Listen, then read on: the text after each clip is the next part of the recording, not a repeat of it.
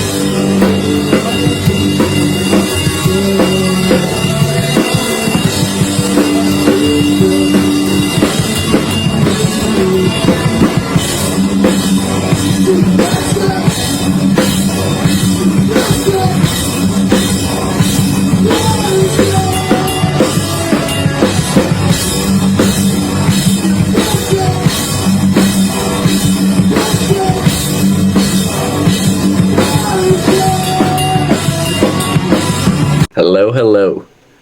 What up, dude? What's up? Oh, nothing. Just chilling. Do you watch SummerSlam? Do you watch wrestling at all? Do I watch wrestling at all? Yeah. I used to in the past. I kind of got into it like a couple months back, but I haven't watched anything recently. But like as a kid, that was like my number one thing was WWE. And AWE was that was my number one thing that I used to watch all the time. Yeah, So. that's me, man. I've been on it since I was like 5. But yeah, SummerSlam was on last night. Jake was like messaging me shit, and I was like, I just didn't even look at my phone because I couldn't watch it until today because I was at work. Yeah. So like I was just trying not to fucking see anything. I was off Twitter. I was ignoring Jake. I wouldn't even open his text. Well, I even told you, like, I was making like specific memes to send to you about shit that was happening. I was like, don't look at what I'm sending you on Instagram till later or whatever. Dude, it's so weird too because once I was like, all right, I'll just get home and then watch it from the beginning, but it was still on. Like the end was still on, so it doesn't let you go back and watch it until it's like completely over for some reason. Yeah. Like you can't just get on and rewind. It lets you rewind like a couple hours, but it won't let you watch it from like the very beginning. I don't know why. It's weird. That's lame. Yeah. It was good though. Yeah. So I watched it this SummerSlam was morning. good. It was good. Yeah, it was sick. Yeah. The Punk McIntyre match was the whole thing I was like really, really wanting to watch it for. There's a lot of good stuff going on regardless, but like it was like in the middle of the card, and after that I was like so much emotion going on after that I was like, what the fuck are they gonna do for a main event now or whatever? But yeah. You should get back into it, man. You should get back into some wrestling. It's I've been watching again. like right when like Cody Rhodes was at his peak, like a couple months back and stuff. That's when I was popping up all over my TikTok and stuff. And I used to be like the biggest fan. My room was decked out and everything. And then I went to my first show at the Huntington Super Arena, and it was like Big Show was there and everything, and I was like geeking. I was so excited. And then I remember my pivotal moment when I stopped liking it was at the moment when I realized it was fake, and Big Show did his like signature slap, and it didn't connect all the way, and I'm sitting front row, and I thought it was real the entire time of me being young, and it just ruined the immersion from me. And from then I was like, yeah, I'm never watching this again. And then now I'm getting back into it, and it's like, dude, it's just cool now. So I've been watching a little bit. I know, and well, I'm not like a wrestler or anything, but I do know that they don't like it be called fake. It's just pre-scripted. Right, yeah. Or they're not actually punching. Yeah. Yeah. But let me tell you about a story of my young like wrestling days. It's like I lived out in the boonies or whatever. Right. Like, and I lived out this back road in this weird ass like trailer, like Yeah. real poor white trash, whatever, with my mom. And there was this girl that rode the bus with me, and she saw that I was wearing a wrestling shirt. She's like, "I like wrestling. You should come over and watch like Monday Night Raw with my family." Yeah. Like we all watch wrestling. Right. I was like, okay. So like, I walked like half a mile down to her house, and it was like, not just they watched wrestling, they fucking watched wrestling. Like the whole family was like around, and then like some shit was going on with Undertaker and Kane. This was like Ministry of Darkness. Yeah, type shit, yeah, like, yeah. real like evil satanic stuff. or You're right. whatever. Yeah, that was my favorite. And they were like, I can't believe this and stuff. Like the dad was, and I was like, well, you know that like. I'm like 10. I'm like, you know that they're like not really brothers, and the whole family like looked at me. He's like, yeah, they fucking are. It was wild. Like they really thought the Undertaker was Satan. I was like, this is like a 40-year-old man like getting mad at me because I'm like, that's not. This is like a thing that they're doing or whatever, dude. It was wild. Dude, I never went back he to that. shot that fireball out of his finger. That Yeah. was the point where I was just kind of, dude. I was even a little kid when that happened. I was just like, Yeah, man. that's what I'm Yeah, saying. That's what I'm saying. I was like, come on, guys. Yeah, I Like, used to go back and like lightning. watch all that stuff and like seeing when I think it was Kane getting like buried alive or something. Yeah. And I was like, I thought it was so real, and I was like, oh my gosh. And then like whenever they would run under the box, like the ring and everything, they'd hide under it and they come up from underneath. I always thought that was real, that they were coming from hell, and I was like, Yeah, the shit was badass, dude. Yeah, yeah, because Kane was a big thing of that. Like that, Oh, yeah. he'd like come out from the ring and like get Undertaker and stuff Yeah. like that. It's like that shit was fucking terrifying. Yeah, Yo, I had this friend growing up. It's fucking hilarious because he's like, now he's this big ass fucking like buff guy. Like he's like a fucking gym rat. He's fucking huge. But when we were kids, when I stayed the night at his house, he had this Kane action figure. And he was fucking terrified of it. Like he wouldn't sleep in the same room with it. Like he'd make his grandma like come like take it somewhere and shit because he was afraid of the fucking action figure. but now he's like, it's wild because like he's not even the same guy anymore. He looks like he beat Kane's ass, like the real Kane. But the Fucking Kane, mayor of Knoxville, Tennessee, or whatever. Like, yeah. yeah. So. Anyways, man, sorry. Yeah. Dude, we get off track. No, a lot you're fine. Yeah, you're fine. Especially like talking about wrestling, dude. Like I think every time we've got off track for a long time, it's just me and Jake bullshitting about fucking wrestling. Yeah, forever. you're fine. Last night was SummerSlam, so it's still fresh too. So Yeah, and I've been watching. Like you said, you used to watch it back in the day, dude. If you get Peacock, every episode of Monday Nitro and all the pay-per-views from like the very beginning are on Peacock. That's what I watch when I go to bed every night. I just lay there and watch that shit till I fall asleep. And then it pisses me off, dude, because I'll fall asleep and then it'll be like You went like 7 episodes later. Yeah, and I'm like, fuck, man, and I'll have to rewind and find where I was at. It's like, and everything, and like all the descriptions don't tell you shit. It's just like, nah. Kane, Macho Man, Lex Luger, Hulk Hogan, and then it's like Sting, Lex Luger, Hulk Hogan. It's like it doesn't tell you what happened. Yeah. It just tells you like the names of who was on it that night, and you're like, dude, what the fuck? But anyways, man, how long you been playing music? So basically, I've been playing music probably for like, I'd say 4 years, just messing around. But I only really started taking it seriously or actually trying to play music about like 2 years ago. But since like 4 years ago, I was just messing around with like drums and just being at my teenager angst self, at this time of getting in high school, and then being like, yo, I'm gonna try everything that's like cool, like skateboarding and all that, and so then I was like, just got into music really like that, and it basically just started like that. It was like a COVID thing because it was like 24 years ago. So it was right around COVID, and it was just, I think it was at the same exact time that I had started being online for school. for that year too. And so I really had all this free time. And what's funny enough is my first drum set actually came from a yard sale. It was a free drum set. Like we were just driving, like yard sales, and there's this guy in Ironton, and he was like, I got this. We just pulled up on him, and there's a drum set sitting outside, and he was like, I want 10 for it. And I'm thinking, he's like, oh, he's just pulling my leg, like $10. This guy doesn't want it. And then he was like, actually, just take it. Just, it's yours. It's free. Oh, shit. And so I was just like, okay. House. Yeah, I was like, that's cool. And he was like, well, all you need is cymbals for it. And I had never played the drums or nothing, but I was like, I'm not going to pass up a free drum set. Like, whatever, that's cool. So we loaded it up, and I got cymbals for my dad. My dad was always into music. He always played guitar and stuff, but like nothing like too serious either. And so he bought me some cymbals, and then from there I just kind of messed around with it. I learned like maybe 2 songs, and then at that point I thought I was just at the peak of this, and I didn't want to do anything else because I had no reason to. So I was like, yeah, that's cool enough. I'll take some videos of me playing these 2 songs, and I think I'm good, and that's it. So. Dude, drums will get you, man. Like I just recently got a drum kit, like probably like a month or so ago now.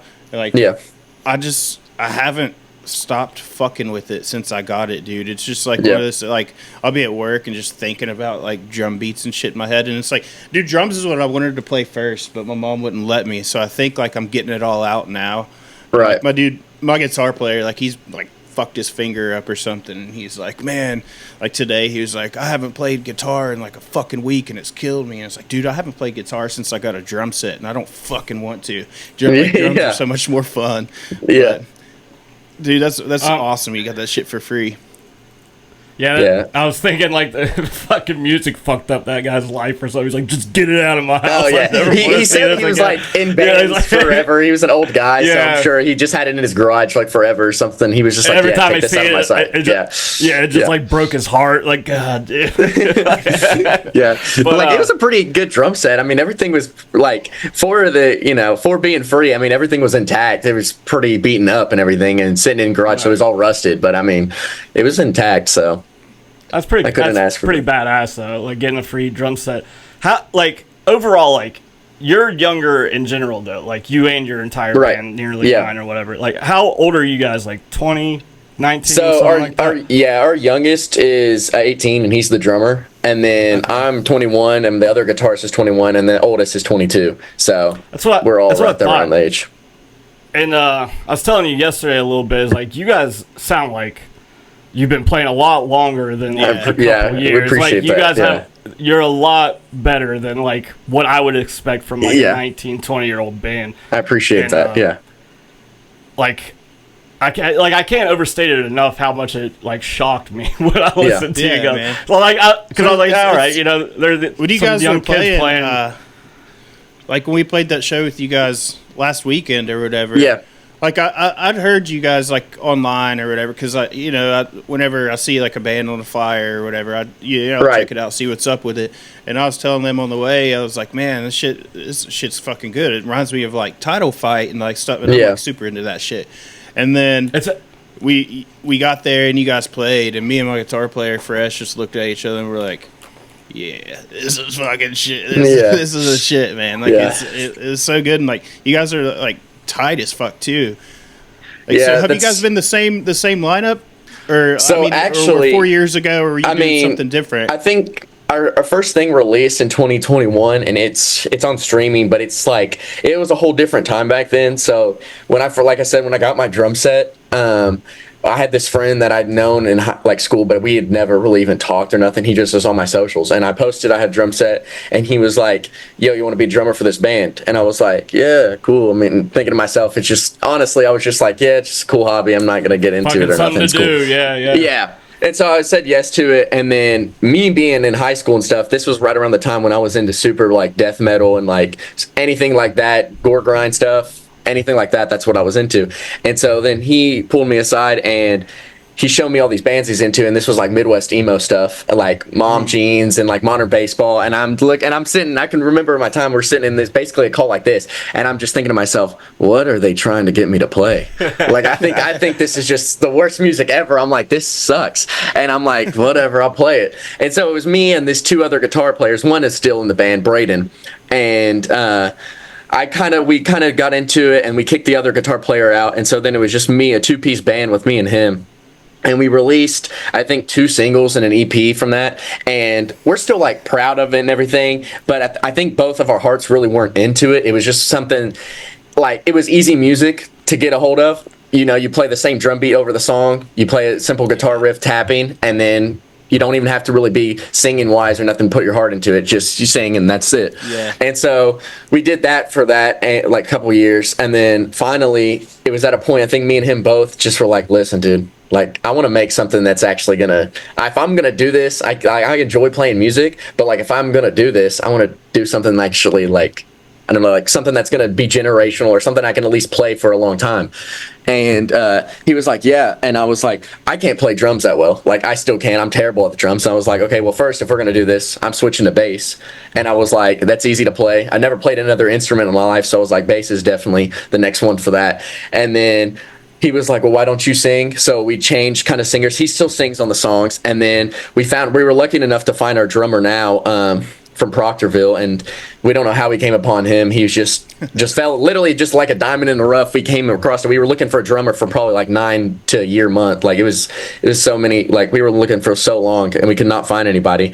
And then just here recently in January, we found our extra guitarist. And then that's kind of been the lineup ever since. So we've only really been a band for not even a year yet, like fully of us. So was your drummer ever in any bands before that or anything? Because like he's like super young. Like, yeah, I mean, you said 18. Yeah, he was in like a shoegaze band, but they never played any shows. And I think they maybe practiced like 10 times, if that. And he's all we're all self-taught, but he is definitely the most experienced, in my opinion, the most experienced out of everybody, because all he does is practice, and I mean he can play like from anything. You can tell he really shocked us. He's been on some shit, man. Like like, I mean, you guys are all tight as fuck, but like I just kept like watching him, and I was like, oh yeah, like dude, like he's like, I didn't know he was even 18 because he looks like he. Oh yeah, like yeah, we get that. Yeah, yeah, we get that all the time. Yeah. No, but he's good. I think you guys have a real good like cohesion of the influences. Yeah, like, you can tell the harder influences as well as like more of a melodic style with the Midwest emo. It's all mixed in really really well done. I also want to talk about, because you're one of the bands around that actually put your fucking lyrics on Spotify. Yeah. And I was looking at who writes your lyrics. I write. I write our lyrics. Yeah. I like, this is some good shit, man. Like this for cutting down streets like concrete weeds. A shallow grave is where I'm supposed to be. That's some fucking tight ass lyricism, dude. You're painting a picture and everything. Yeah. Like, I like shit like that. So I want to give you big ups on that. I appreciate. Yeah. I think definitely those 3 songs. I mean, we were just playing our first show that February, which we played. I will say that was technically our second show, but our first show was played with Against All, and it was for their drummer's birthday. So it was really just like a pop-up show. Yeah. It was just a pop-up show for Eddie and them, and so we played that one, and we didn't even have our other guitarist, and so it was just kind of like it was basically a practice, you know. But our first solid show was February at the Union in Athens, Ohio, and so right before we got asked to play that, I'm sitting there and I'm like, listen, guys, I want to make something. We can't go up there and play hardcore stuff, and then we have all this emo stuff on streaming. So we got to at least release something. So I think we made those 3 songs within a month, and we kind of had the idea for them. And Shuttershy, that one that you're mentioning with those lyrics, we had written that one all the way back in October, and we went and recorded that one with Neil up in Amish Electric Chair. So we've been sitting on those. That song for a while. Yeah, we've been sitting on that song for a while, but we kind of released that one just to get it out within like 2 days of us playing that first show. So really legit song. I very much enjoy it. I very much enjoy all you guys' music though. I appreciate that. No problem. Yeah. How many shows have you guys played since you guys are so fresh at this? Can you count it like on one hand, or?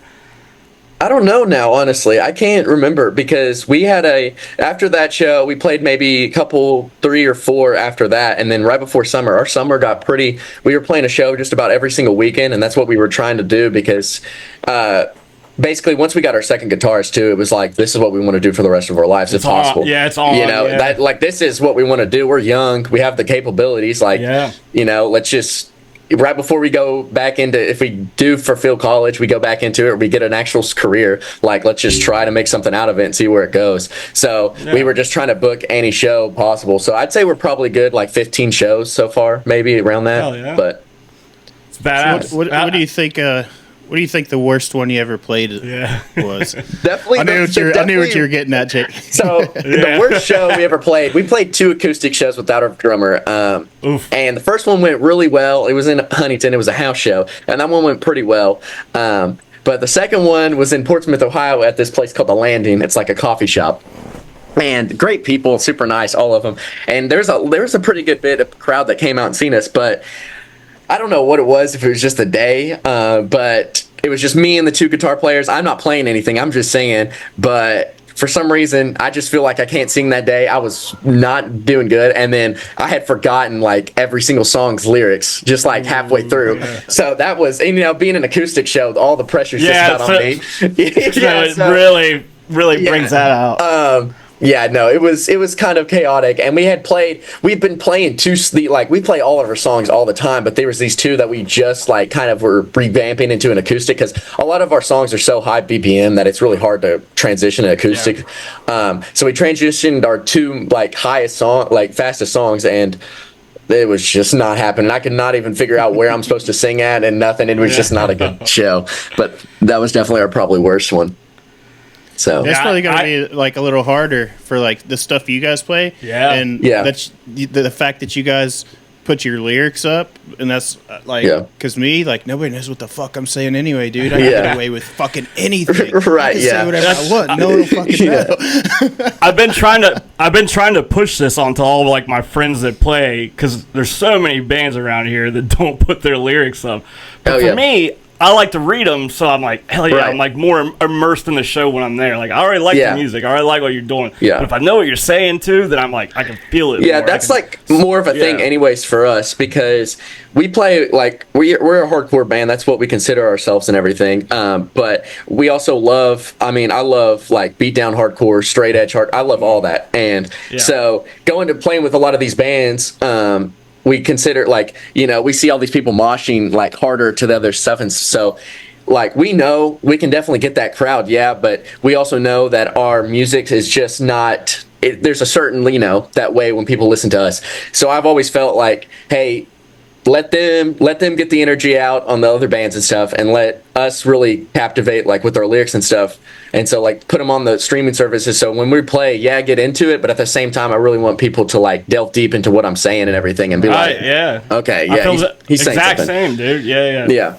It feels real cool when like people you've never met before like are singing your songs back to you too, and like exactly, you can give them the mic and stuff, dude. It's a really cool feeling, 'cause not in like an egotistical or like. Oh no, I can understand. It's just like, hell yeah, man, you feel what I'm feeling, you or whatever. Like, it's a cool.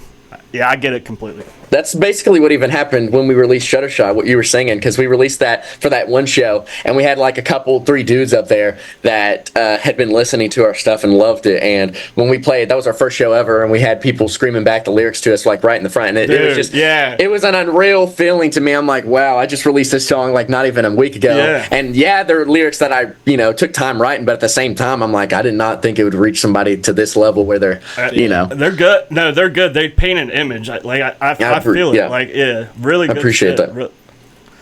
that. So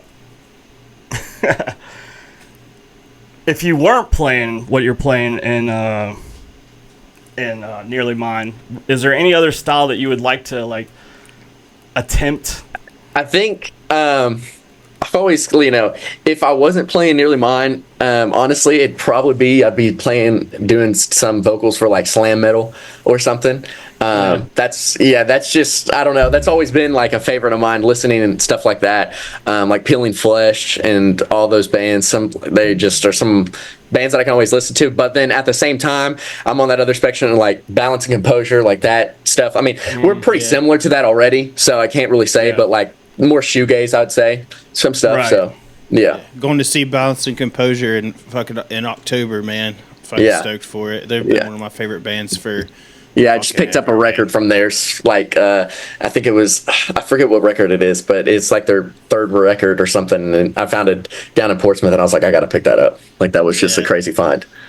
Hell yeah. They're have you listened to the new singles they put out? Yeah, the new singles are really good. Yeah, there's some of our, they're really my good. buddy sent me a video of they did an acoustic version of one, and they were all just like in this big like warehouse, and it was just I'll have to check that out. Like just like the room they were in had like natural like reverb like he does on the recordings and shit, and it just sounded so cool, man. Like I was check that out. It sounded sick. But speaking of stoked for that. Speaking of new singles and recordings, did you guys just record recently? Yeah, we just recorded up with Neil too. Yeah, so we recorded a new EP, and I think this one is definitely gonna be. We're waiting right now. We're trying to honestly, we're waiting to get our masters back because we had somebody else master it. But we're waiting for that to get back, and we're kind of waiting just a little bit to set the stones because we're really trying to maybe think about getting a label on this one to help us release it. We don't know which label yet. We're just going to try to, just try to find somebody maybe. That's what because we really want this one to be, this one for me personally is really like a big thing. The lyrics and everything that I wrote are super meaningful. This whole like new EP is written about my grandpa who took his own life like a couple months back in April. So after he took his own life, like my biggest way to get emotion out anyways is songs, So I sat down like maybe two weeks after he passed, and I just wrote like a good 3 out of like 5 of these songs, and then the other 2 just came naturally for us as a band with the whole sound because we wanted this whole EP to sound the same in a way. So I think this is definitely going to be our biggest like shift, not really shift in. It's the same sound, but it's really going to set the stone like.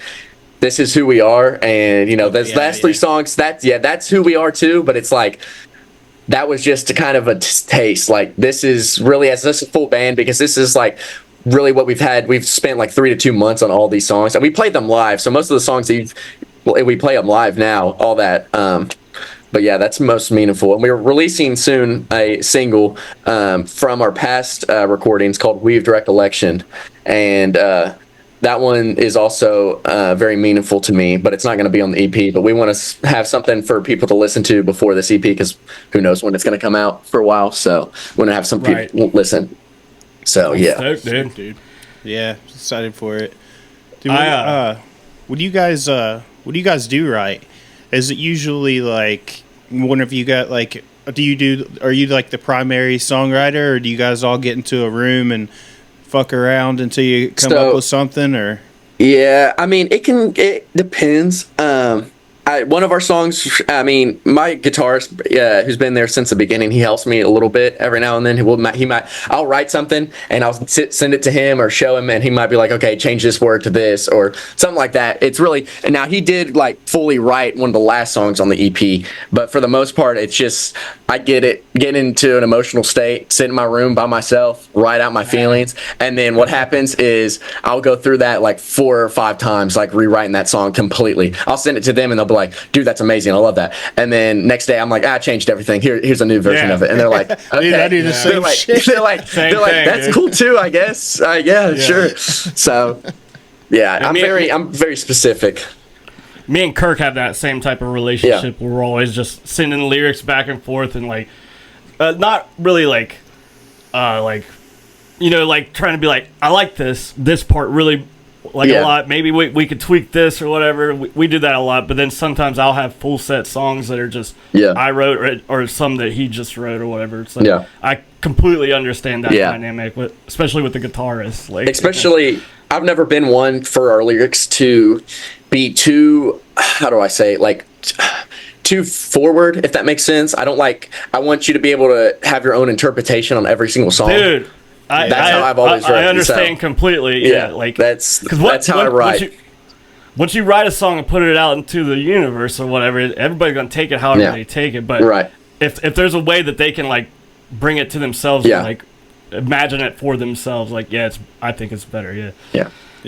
So the worst part about the worst thing is like whenever you fucking write a song demo it out with fucking drums and everything, and then send it to your band, and then everybody reads it, but nobody says anything. Oh yeah, I've had that feeling too before. I wrote a song and I'm like, dude, I think this is the best thing I've ever written, and then I send it, and then it just like red, and then somebody will be like, I mean, yeah, that's cool. And I mean, like, all right. Yeah. I'm like, yeah, never mind. I'm throwing it away. Never mind. Yeah. Cool. And then there's one that just like you shit out real fast. It's like, I think this is something. Like, this one fucking rips, dude. Yeah, and I'm like, okay, what the cool, fuck? man. Thanks. So yeah, that definitely happens all the time. Yeah. So yeah.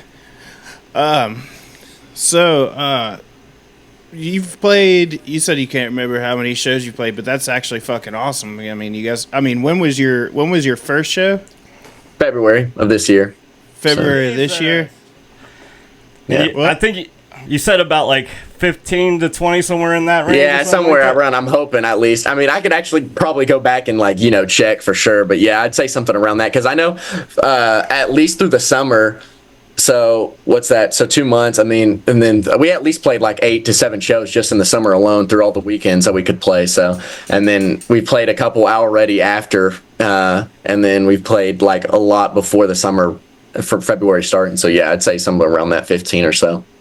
That's badass. You just started playing shows in February, dude. We try to hop on anything. I mean, there's nothing we won't play, and that's kind of the also thing is like we're definitely a hardcore band and we want to play with hardcore bands. That's why we're so happy to like finally get to play with like basically you guys, Ghost Home, and then like also just be connected with the whole WV scene, especially like when we've heard Against All was playing Agrifest. I was like, yeah, even if we're not playing, I was like, me and you are going. So like me and my guitarist whacked up and we just helped him, and we were just there because I love any of that music, and I had no clue that there was even a scene for years.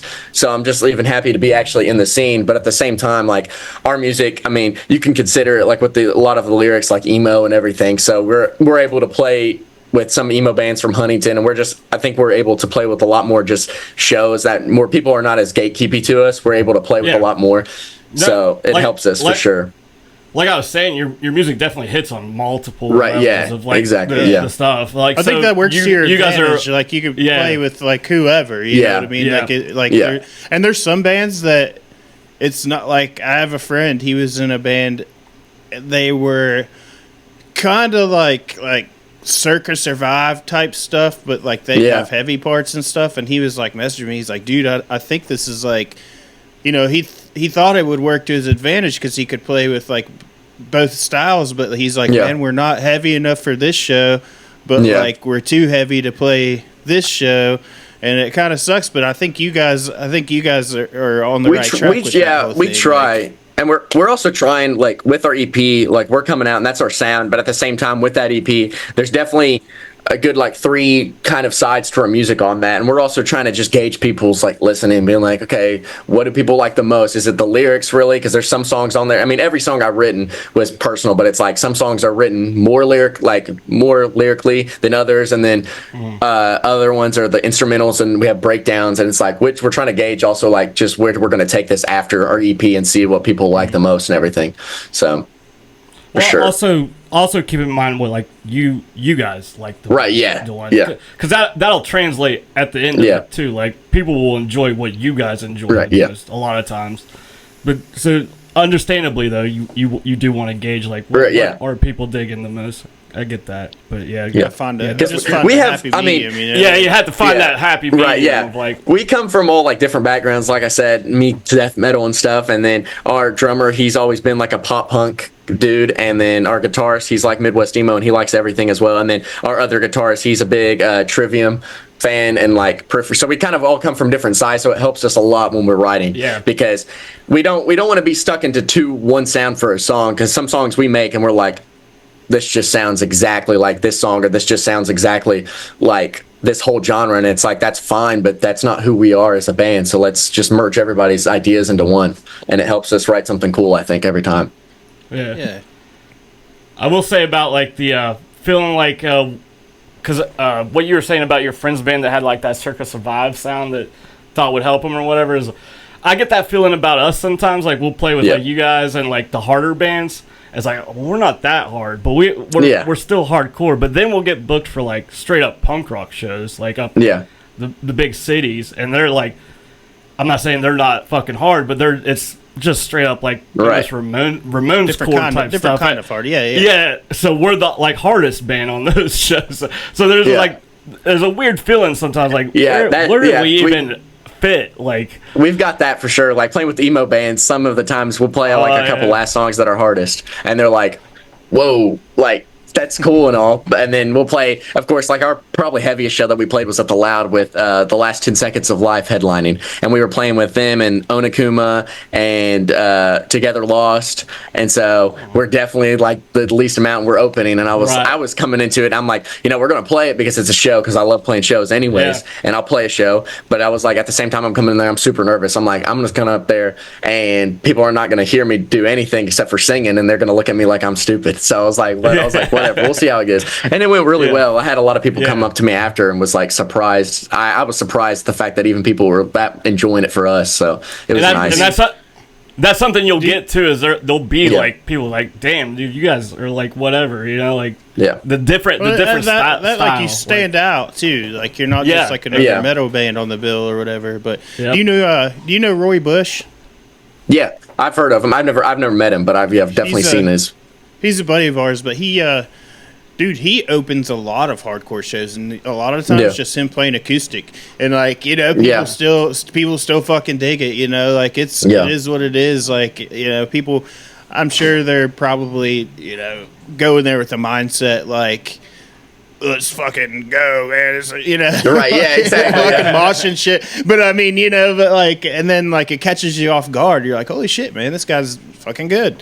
And like that's the one guy that would probably stand out in a hardcore show. What I mean? But But it is a little weird, man. Because I mean, like hell, we've been put on shows with like all slam bands and us, and we're just 100 miles an hour, just fucking, going off, and like we're the weird band. But I mean, as small as the scene is here, I mean, we have one, and it's fucking awesome. But it's like, as small as it is, you're bound to play shows like that to where you just don't really fit. But fuck it, man.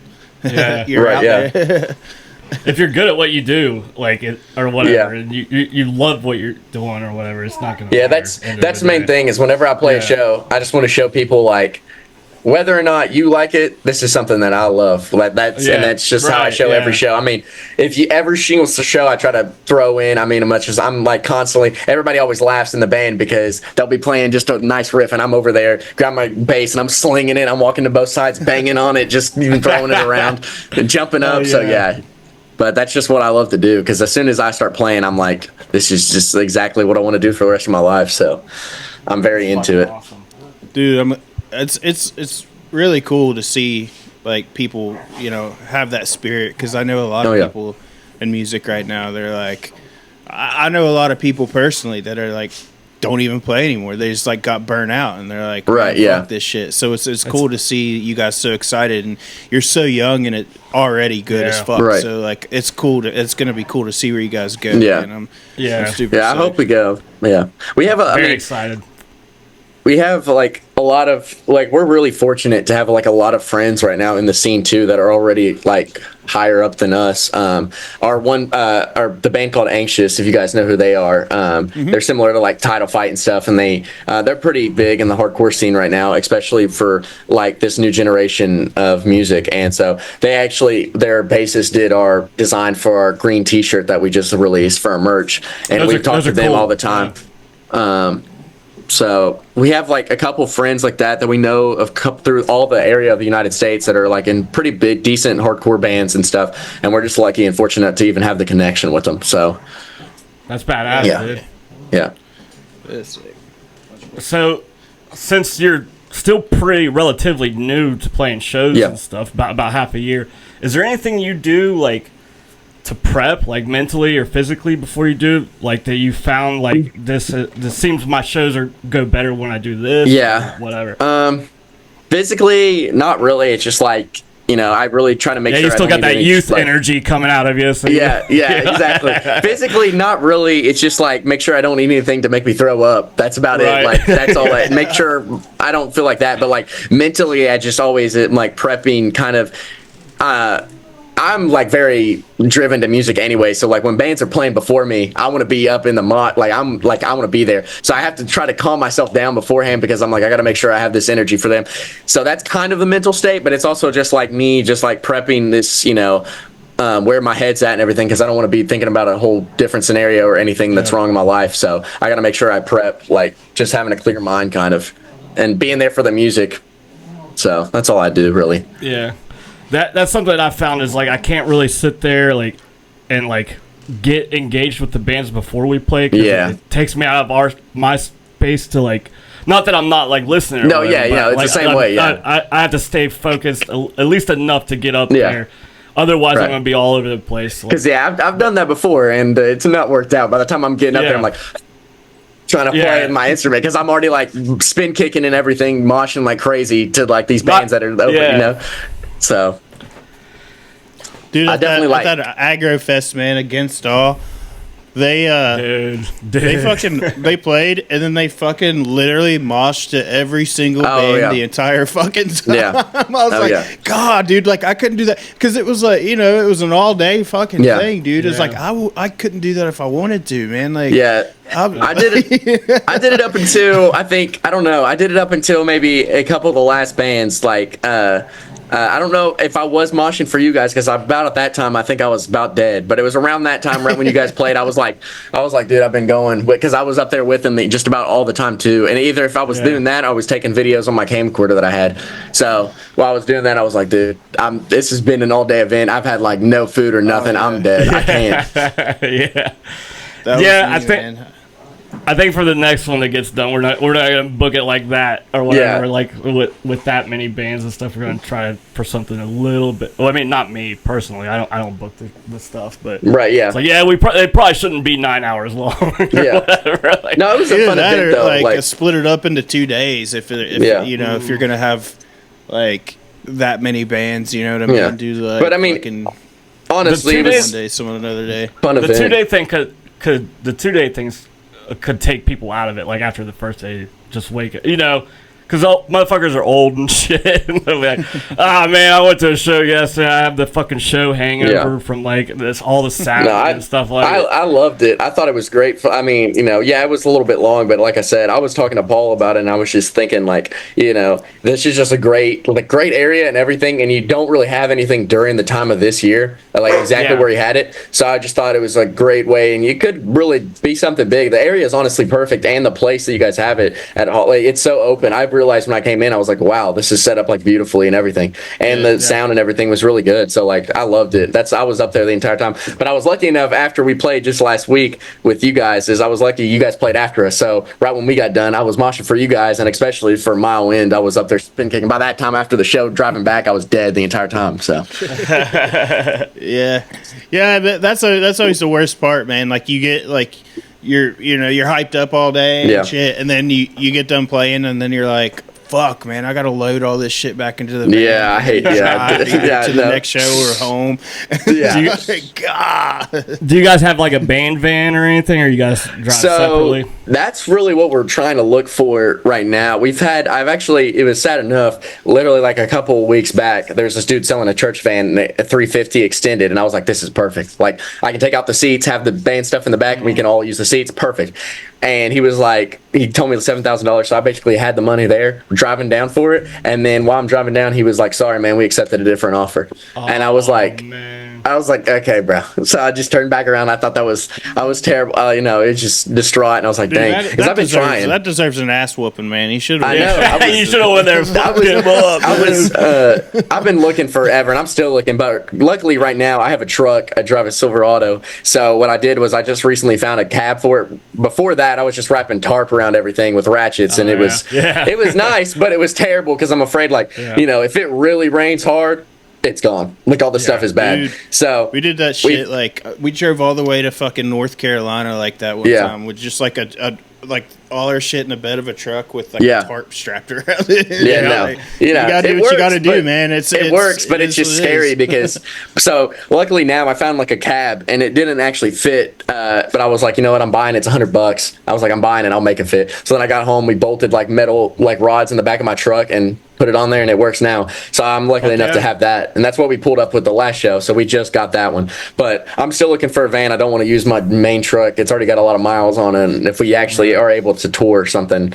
So that's what we want to do, though. That's mainly why we're trying to find a label or something, so we can have some help financially, really, just be able, because we all at jobs right now that's like, hey, we got offered a tour or something. If some band books us a tour or something, we're leaving our jobs. Like, I have no problem leaving my job within the next day if we had a tour coming up. So we're at that point right now, and that's why I'm like, I'd rather do it now than 3 years later randomly if something happens where I have a good career or something, anything happens where I'm like, you have to really, do I do this and lose money? But like right now I'm living at home. We're all living at home, really, and I'm like, let's do it. Let's just have fun for a while while we can and see where it goes. So, dude, 100%, do everything you fucking can. Like while you can, like, no doubt about it. But I was gonna say, where you guys were talking about being drained after shows, I feel like since we got a band, like a band or whatever, since we got one and we all drive together and we all drive back, it makes it a lot more fun after the show because we'll all just somebody will bring us something and it's just fucking us laughing at it. I carpool right now, so luckily I can fit 6 people with all the stuff. I have 2 sets, so we definitely try to carpool as much, and that's what we're all after the show. It's like 3 a.m. and we're all high on life right now. We're slap happy, so we're just like, you got crank up. Post-show so high. It makes it fun. It makes it easier when we're driving back because I'm like, okay, all I have to do is say one word and everybody in the truck's laughing. So exactly. It makes it a whole lot. We played up in we played in Columbus like January or something. Our guitar player, it's actually really, really fucked up. Our guitar player has diabetes, and he left his fucking insulin in the hotel in Athens. We played Athens the night before, and he left his fucking insulin there. So after the show in Columbus, dude, he was sitting up in the front seat of the van moaning. He was going, and me and Chad, my drummer, dude, we were trying so hard not to laugh. And then he looked at me and I looked at him. We all just fucking lost it. And I was like, we're just so fucked up, we're laughing. That's how it is. We were driving back one night and we're all slap happy except for my guitarist, and we're all just dying laughing. I'm like laughing at the stupidest thing, and then I look over at my guitarist and he's just going, like, looking at me, and I'm like, I'm sorry, man, I can't help it laughing. He's so tired. He's like, please just get me out of this truck, please. I can't wait to get home. And I was like, I'm sorry, man, I can't help it. I need to stay up, so I gotta laugh. Yeah, man, dude. That's a rough part too. Is like staying awake for me. Like, especially like I don't drink anymore, but I used to, like, before shows and stuff. Whenever, dude, I used to be a big drinker. And then I'd be fucking hammered, and then we'd leave the show and then go somewhere and get food. And I swear, like, as soon as the food hit my stomach, I was just like wanted to be out. And then, like, being in the van or whatever, like, they'd wake me up. They'd be like, dude, we're here. And I'm like, all right, man, I'll be here, man. I just, like, fall asleep back in the van. Like, dude, it was a mess. But, yeah, it sucks trying to stay awake. Like, I'm glad Billy does a lot of the driving for us because, like, he used to own like a moving company or whatever. Right. So yeah. He's been all over the fucking country anyway. So, like, I trust him. I feel like he knows where he's going a lot better than any. I talked to him a little bit about that. I talked to him a little bit about that when we were talking about vans too, and his airport and where he works up there and stuff. We were talking about that too. So. Yeah. Dude. Like, our van right now is. Dude, it's fucked up. I'm actually gonna have to just say fuck it and take it to a shop. I've been trying to fix it myself, and I know this and that, but I'm not a fucking mechanic, and I got a bolt stuck in that I can't get out, so I'm just gonna have it taken to a shop. But anyways, like, a lot of times, man, like, if you see us, like that show we played with you guys, Jake, in Parkersburg, we roll up in a big ass fucking U-Haul because he works at that U-Haul place. So, like, it's like, well, our van's fucked up, so we just, like, we'll take another car full of people and then take a big ass U-Haul with all our shit in it. And I mean, That's fucking hilarious. Like I said, man, it's funny. And like, here's Ghost you got to Hole, do what you got to big do, time man. Ghost Like you just like if you. Yeah, Like, we did that for our first show, and it was I paid. I got a U-Haul, and I was like, this is cool. We didn't have nothing to take our stuff, so we had our friend, and then I'm sitting up there driving the U-Haul by myself all the way up, and I'm like, this sucks. Like I said, this sucks, and then I had to drive it all the way back by myself. But then I get home finally, and I'm like, let's see how much this bill was, and it was like $400, and I was like, oh no. and I was like, this coming out of my pocket, and I was like, yeah, I'm never doing this again. Yeah. So it was not an enjoyable experience. I was like, I gotta find something. Whether we gotta cram this into the smallest car, I'm not doing this again. Yeah. There's a science to loading up into cars and shit like that. Like you could figure it out. Like oh yeah. We put early on. We fit all of our gear.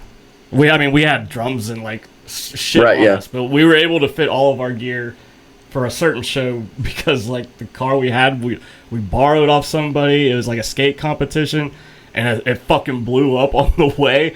So like we had no way to get home. We had nothing, and they were like, I don't give a fuck about that thing. Just leave it there. Somebody let us borrow their like fucking Ford Taurus or something, and we were able to fit all of our shit on it. We were just driving for 3 hours, like crunched up in this thing with cymbals and drums all over us and stuff. That's dude. crazy. But you can fit it into anything. You figure it out. You figure it out. But when I come back, and even now we have so much stuff. Like we have such big like cabs and stuff that I'm fitting even in my truck, and I'm like, there's definitely a science. Like somebody will throw something the wrong way, and I'm like, listen, you got to throw it. Work that way. I'm not trying to be mean, but I was like, you got to flip that thing around, or we ain't fitting anything in this truck. So it's like, 100%, yeah. That's another good thing about Billy, like working for that moving company, dude. He's like, he already like visualizes like how our shit's gonna go. Yeah. But like, yeah, dude, a van will fucking be a game changer for you guys, man. Yeah. Like, I hope you guys will find one soon. Yeah. It is so much more fucking convenient. Yeah. You don't have to do any of that bullshit. We've already basically made that agreement too. It's like, even if we don't have a label or something, we've got a set list that we know how to play like back of our head. So like once we get a van, I'm like, we'll just take a 2-week just DIY tour and just go across like East Coast. And I was like, listen, that's the only way we're gonna get anything anyways from people, playing like that from around here. So I was like, we're doing it. So I'm just waiting for that van to come, and we're going. So hell yeah, brother. Out of the shows you've played, is there a particular band you played with the most, or like who did you enjoy playing with the most, like so far? I mean, Like of course, local, go something with regional. you guys. I've always wanted to play with you guys, and I still want to play with you guys, Nuclear Future. Since like I said, since like literally last year at the fest, it was like one of the first actual round here scene that I saw was like a hardcore band. I was like, oh my gosh, they actually exist like in West Virginia. I didn't even know, but like Onakuma comes to mind. We'll get it done. We got to get a show sometime. But like Onakuma definitely comes to mind. I think those guys are they absolutely rip. And then I never got to play, but like agencies. I mean, I've seen them at Agrifest and stuff. They're amazing. But like right now, honestly, my favorite from them is their side project that they got going on right now. I think that one's really cool. Jane Deere. Jane Deere is like really cool. Badass. Yeah. Yeah. So I really like you guys would be a good fit to play shows. Yeah. So yeah, we're really waiting. We messaged them and we're like, hey, we like love what you're doing. Like it was a really cool seeing another band sort of like, because that's really hard. Like we're not like really different than anybody either, but it's like really hard to find an exact kind of not really match up to us. But some bands are like so heavy, but we love playing with everybody, so it was kind of nice kind of see them. Right, yeah, it was kind of nice to see like a similar band, and especially agency, because agency is already good, so we know coming from the side project like them, they already make sure their stuff is top tier, so it's like, okay, this Jane Deere stuff is going to be like amazing anyway. So yeah, no, I was really excited, but that's about like just about everybody we play with. It's just like the scene. That's all we're just lucky to even be in. Like anybody we play with, we're just lucky. Like we love. I mean, I just never even thought you talked to me like a year ago, like right when we started the hardcore stuff. I'm like, yeah, we're not playing like any shows. Like I had never even envisioned us playing a single show. Yeah. So just being in the scene with everybody is just like an amazing thing to be. So we're just lucky to be playing. I think that's why it took so long for me to even realize you guys had streaming stuff, is when I first talked to you last year. Yeah. Are you guys there? Yeah. It seemed like a friend. But when I talked to you last year, you were like, "Yeah, we're not playing shows and stuff." I was like, "All right, these guys are young; they're just getting started or whatever." Yeah. Like, you didn't allude to like we got stuff. Oh, yeah, right, yeah. Or anything. So I was like, Yeah, "All no. right, whatever. You know, that's cool." No. And then, like, we never. It's, I heard it you. is easy to write people off almost like that because like Oh, there's, yeah. you know, like a band will hit you up and they're Yeah. like, "Yo, man, can we hop on this show?" And it's like they don't have any music up, you know, Yeah. they don't have like anything, and it's just like, I don't know, man. Like, not me. I don't book a whole. Hey, we'll talk about that later. But anyways, yeah, man, it's hard to. They're like, why can't we get booked? Like this kid like messaged me. He's like, why can't we can't get booked anywhere? And like I've helped him out and everything, but I'm like, dude, it helped to like put some music out. You know, like even if it's just like a shitty demo, Yeah, just or to be video like, of hey, you guys this playing is and who we shit, yeah. are. This is what we do. You know, it doesn't have to be fucking like some crazy studio shit. Just like a fucking demo. That's what a demo is. Yeah. You know, it's just like whatever.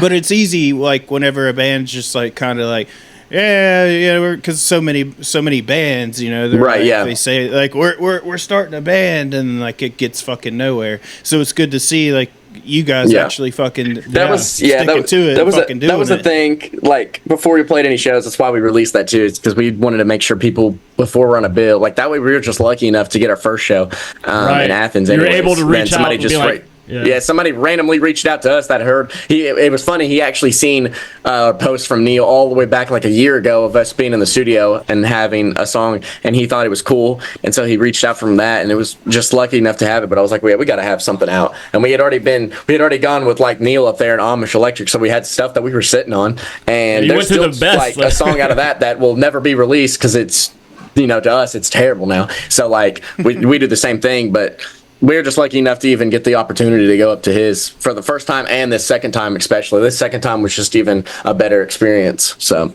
that was same with us. Like we never went to a real studio before we put out the Pass Follow, and we went to him, and he knew exactly what we were trying to do. He helped us as much as we could, but we weren't as prepared that time. But the second time with the EP, we were like, all right, we know what we're getting into. And then this time with the singles and stuff, Neil's Dude, amazing, by the way. Even if you did do like studio shit before, it's everybody's different, so you really don't know what to expect when you go to like if you were recording with one guy and then you decide, okay, that shit was cool, but I think we could make it sound better if we went to this guy. Like the next guy you go to is not going to be the same exactly as the first guy. Like he'll have different ideas and different ways he does shit, or he or she or whoever, you know what I mean? But like it's just it's, you don't know what to expect when you go in there. Right. So to me, like it's like a, you know, it's just, I'm glad I'm not the drummer. Our drummer, we went up there first, and our drummer, I had never, we never been in the studio or nothing, and so we get up there our first day, and we're like, our first time doing it, we did 4 songs in 2 days, and this second time it was 5 songs in 3 days, so way more manageable. But that first time killed us, and we get up there and we're like, okay, what are we doing? And he was like, well, you got to track all the drums first. And so my drummer just looked at me like, oh my gosh. So he probably played the same at least song beginning intro like 36 times on one, and he played it for the entire 8-hour day. So by that time he was like dead. So we were definitely more ready for the next time that we went up there. We're like, okay, this is what we're doing. This is each day we're going to consist of this. Let's knock it out. Yeah, and you can manage so it came out a lot, but it came out a lot better. Yeah, our first time we did the 10 songs in 2 days. Dude, I had to run I'm so like ashamed of my vocals on all that, but it was just like I have to get this done before like midnight, and it's like run through them all like as fast as you can. Like that's like shit. I think dude. For our thing too, it was like we got done at literally like 8 o'clock, and basically we're supposed to be packing up and leaving. And I was like, well, Neil, do you want us to try vocals? And he was like, yeah, knock them out. And I was like, okay. So I did like all 4 of the vote. Yeah, I was not proud of them either. That's like, and it's like that first, like even the EP with all those, I'm just like, well, my vocals suck on that. Like I hate it, So I was like, whatever. I hate a lot of the past follow vocals as well, dude. Like, but like going into the next time, I was like, all right, I want to sing this song first, and then like this one here or whatever. I knew what I was doing. Like, yeah, exactly. But yeah, dude, I hated my vocals so much. I took I took some of our songs down, and my one of my buddies like messaged me. And he's like, "Yo, man, did you guys like take some of your songs down?" And I was like, "Yeah, man, I don't know. They just weren't, you know." You should just act like I don't know what you're talking about. Like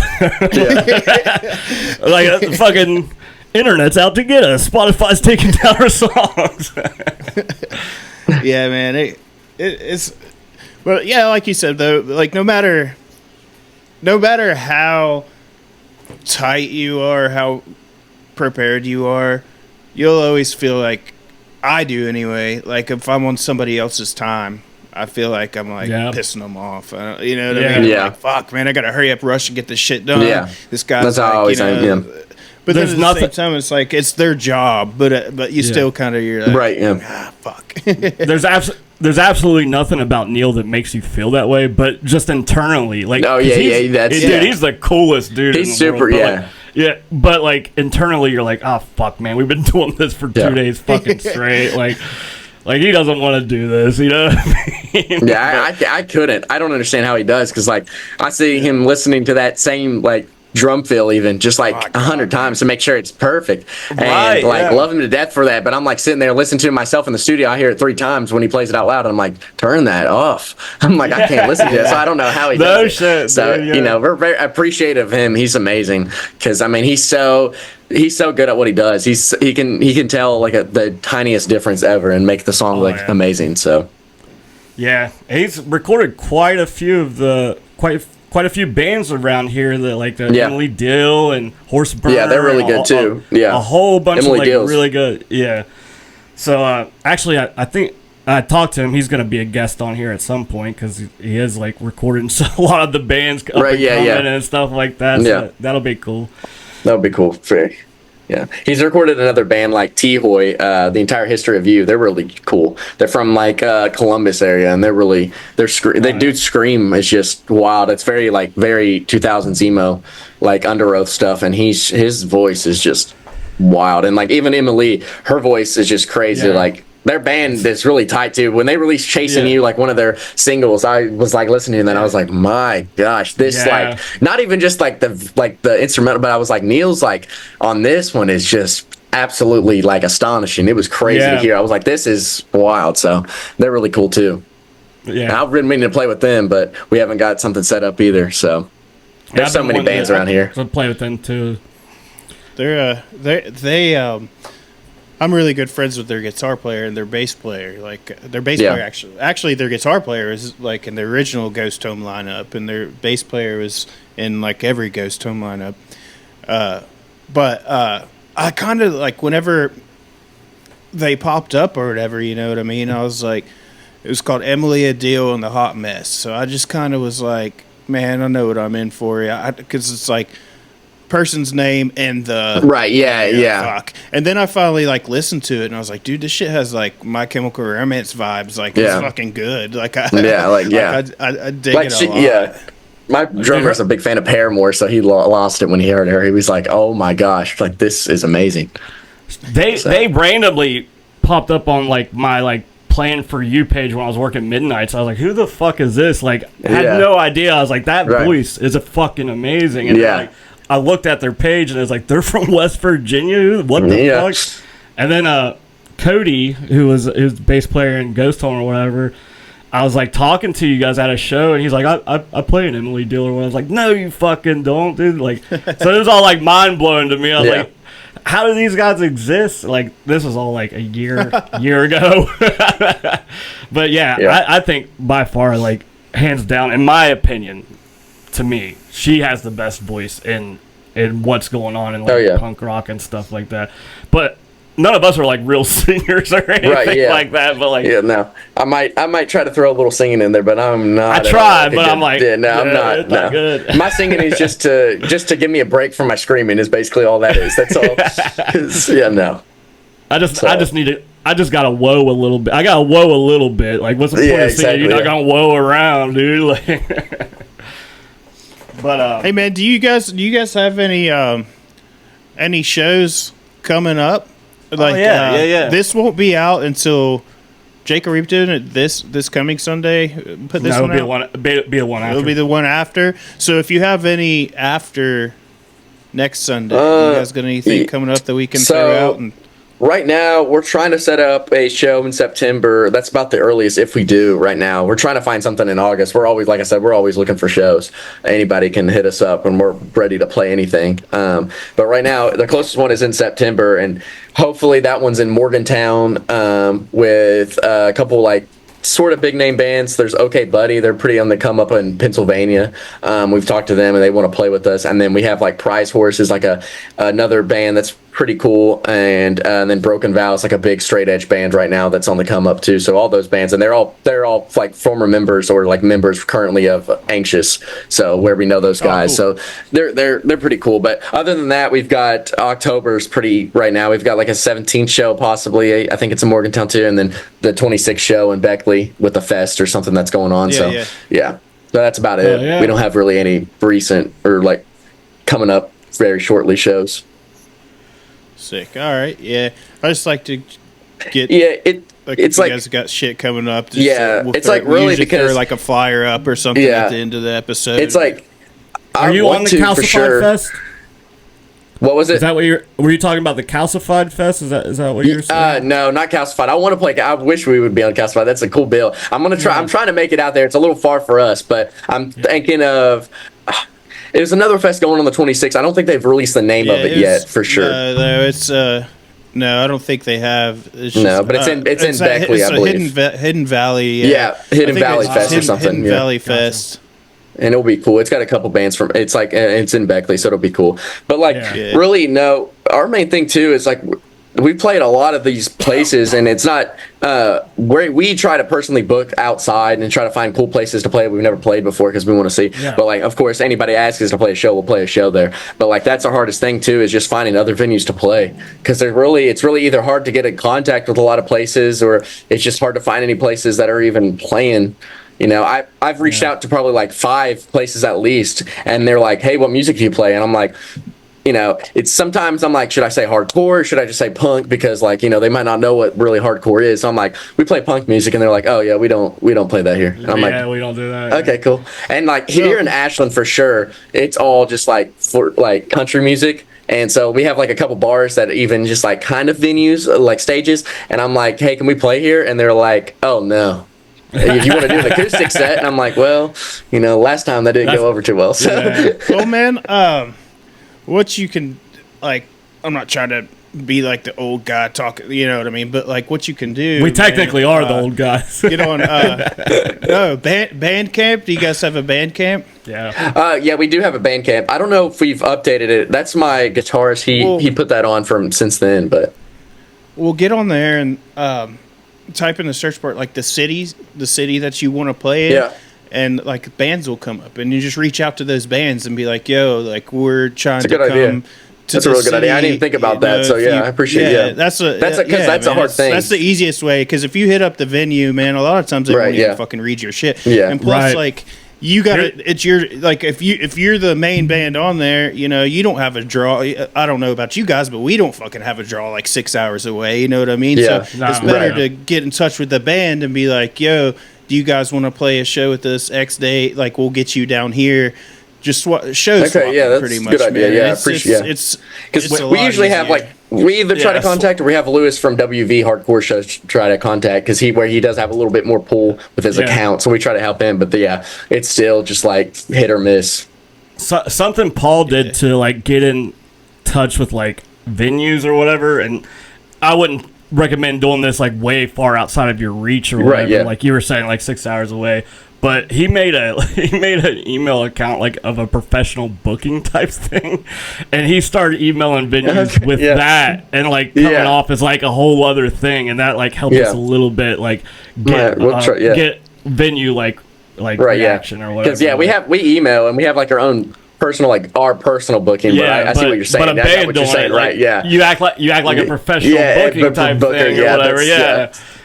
Probably, I mean, it helps because it's not even saying these venues just don't pay you attention sometimes. They're just really busy a lot of times, you know. So I understand, but it does suck. Yeah, exactly. It just does suck us sometimes, especially when they ask you and we get the follow back and we're like, okay, we can't lie to them, because if I tell them I'm playing country music and I show up there screaming, they're going to be like, get these guys off the bill. So I'm like, I got to be honest to them. And then, it's just kind of selective words, because you can say like, you could say metal or something. And some people are like, oh yeah. And you say punk and they're like, nah, get out of here. So it's like, I got to be really selective with what I just say and just hope that they let us on. But yeah, there's some people that you're like, oh, I play hardcore, I play punk rock, and they're like, oh yeah, like Sum 41, Blink-182. Yeah, exactly. Like, yeah. Like, exactly. So, yeah, that's exactly it. I've known there was one venue, and I can't remember what it was, but they basically said that it was like it was some band that I had never heard before, and it wasn't even really a punk band. It was like some country band that was just, it was sort of punk, and it was a country band, but they asked, it was like, oh, it's like this. And I was like, dude, I love them. Like, yeah, man. And I was just like, yeah, that's us. And they're like, okay. 100%. And then, we play, and then we play, of course, and they're like, oh my gosh, you guys were awesome. Like, thanks for playing here. And I'm like, well, if I never would have said that, I would never got the opportunity. Exactly, so it's like, I don't want to lie, because, and then I did check them out, the band Atom. I'm like, okay, no, these guys are sick as well. So it just worked out. But, sometimes it's just it sucks for our area, because if we were in a bigger city, you don't even have to really think about that, because you have so many. But it just really, in our area is so. I love our community and everything, and the whole bands and everything, and it just sucks right now because our community is so spread out, where like our community is sort of like 3 hours to 2 hours away every direction, but that's like our community, so rather than living up Columbus, it's just 1 hour away in Columbus. That's what you have to people. So if you're out of Columbus, you drive into it, but here it's like, hey, you want to play a show in Dunbar, Beckley, or Athens or Ashland, and it's like, okay, well, let's see, that's 4 hours away from me, 2 hours from you. So it sucks, but it's just it's what we have to work with. So but and then like also with our communities or whatever and everything, is the majority of people don't know what we're fucking trying to play. Like, exactly, like, so they just liken it to whatever they've heard. So that's why you get the like, oh, you play like Sum 41, like exactly. Fucking Five Finger Death Punch or something. Is like that's what only. I'm not like laughing to be a dick. It's I know you don't know, but like that's just what's upsetting. It's unfortunately because like we there's so many fans and people of this community that are only in certain areas, and they can't make the drive for 4 hours away. So some shows you're ending up with like 5 people, and and it sucks because it's not even because they like that's only 5 people that like you. It's just like 5 people in this area, and then you've got 25 in this one, and 10 in another, and then 100 in some other, and it just sucks because our community's so spread out, and it's so that's why mainly right now I try to play just about every single place I can, because we've played at the Loud 3 times already in Huntington, and that's basically 10 minutes away from us. So I love playing there. Anybody can ask us, but it's like I already know, like from the first time I played there, who's gonna come and show up. So that's how we were with the Blue Parrot, man. Like we played the Blue Parrot like 3 times in 1 month. Yeah, exactly. All right, dude, we gotta like kind of back off this a little bit, because and like you said, like the people who are gonna come see you. Have already came to venue, and it's not like dissing them or nothing. It's like I appreciate them coming every single time. It just is that like at the same time I know people have texted me and it's like, hey man, I would love you to play a show, and I'm like, well, I'd love to too, but you're 5 hours away, like, and I'm trying to get there, but like I don't know when I'll be able to get there, if I'll ever, but so that's why I definitely try to expand our horizon as much as I can to different venues and stuff, just hit up everybody. So that's the way you gotta do it, like Strap. Yeah. I thought you guys cut out for a second. I thought something. Yeah, no, I thought I did. I guess it must have been the Zoom call. But yeah, oversaturation is real too. Like playing the same spot all the time is like, even the people that are coming out, they might stop at right, like, exactly. I've fucking seen them, like, you know what I mean? Like, exactly, So I don't want that to happen to us because, and it will definitely. It's nothing even against the people. It's just like I don't want to see the same band within the week of basically 7 times, because it's like I've seen them once, So really, we try to spread out, especially if we're playing the same area. We try to spread out like at least a couple months, and so it's like, hey, I haven't seen these guys in like 2 months, dude. That'll be cool to go see. They rip, and they're playing with a cool band I've never seen before. So let's go. And that's what you gotta. So I just wish there was definitely more venues around here and stuff to put on. Well, I'll be here, if I can get like a better PA, because like my PA right now, Jake, we can cut all this out or whatever, because I'm just probably gonna rant. But my PA that I use for practice, dude, I think me and you talked about it, a little bit, but it's just like a fucking, like a PV, fucking. It's got two. I mean, it's good for. This is the room I practice in. Like we have band practice in this tiny ass. Like this is a spare bedroom in my house, but it's awesome for that kind of shit. But like playing like at that Dollar General or whatever, like I don't think it would carry. You know what I mean? No, like, I'm trying to find like a better PA and start doing shows. You know what I mean? Because it's just like that building's just that dude even has like ads up on Marketplace, like trying to rent it out and stuff. And I'm like, dude, I mean. For what? What I'm gonna try to talk him into doing, because it's $200 to rent it out, which isn't bad, but he wants a $200 deposit every time. So what I'm gonna try to do is be like, here's my $200 deposit, just hold on to it, and then I'll just pay you $200 every time. You know what I mean? Because I want to regularly book shows there, and I think. Hopefully he'll be like, okay, yeah, cool. Instead of giving me back the deposit after the first show, just be like, yo, just hold that, and then let us book more there. But once I get a bit like a bigger, nicer PA, like that's like my plan. You talking about General? Oh, really? Yeah. When you posted something about. You never told me where, but I mean that place.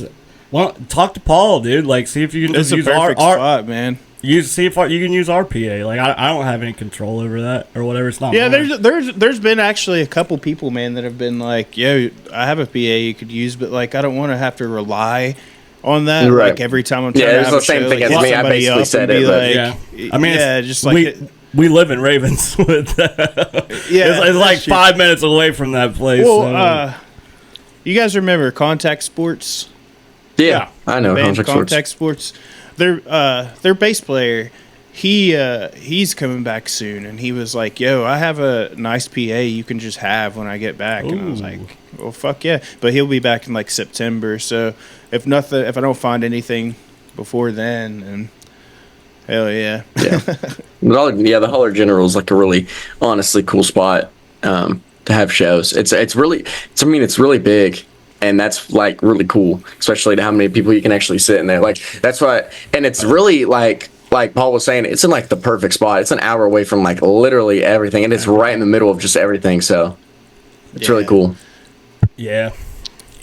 All right, boys. Ravenswood was actually a pretty good spot. Yeah, we can. You got anything, dude? My daughter. It's so funny because like when she stays with her mom, like before we get off the phone, every time she goes, "So, got anything else you want to say?" But yeah, man. If you got anything else you want to leave anybody with, or anything you want to like shout out, or any bands really, you want to throw out there? Or? I just appreciate you guys letting me be on here, and I appreciate still, just for everybody who's listening, just like appreciate us being in the scene, because it's just really like heartwarming to me and everybody in our band for sure that we just get to play shows. Like that's just like I said, that's what we love. So, but basically we got our Weaved Recollection coming out here probably hopefully by the end or like mid to late October, and then we've got our EP at some point coming out called You'll Find Me Downward. So that's about it. And you got those shows coming up in fall and everything like that. Yeah.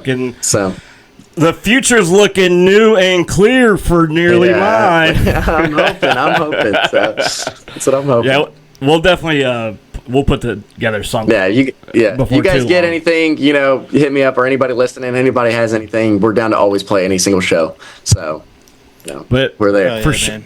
Thank you for coming on. And 100%, like, love your fucking band. Love what you guys are doing. Your sound is awesome. Your lyrics are awesome. You're fucking going full force for it. You got the time. You got the youth on your side. Yeah. You ain't got the responsibilities.